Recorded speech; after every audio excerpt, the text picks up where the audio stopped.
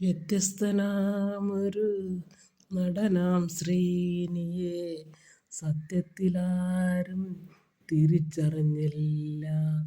വെറുമൊരു നടനല്ലിവനൊരു തിരക്കഥാകൃത്ത്, സംവിധായകൻ.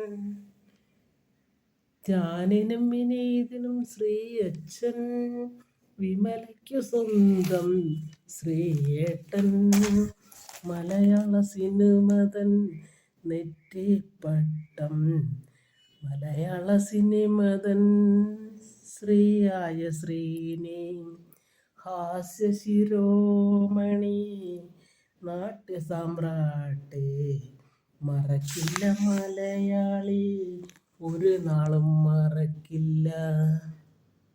പ്രണാമം പ്രണാമം ശ്രീയേട്ടാ പ്രണാമം.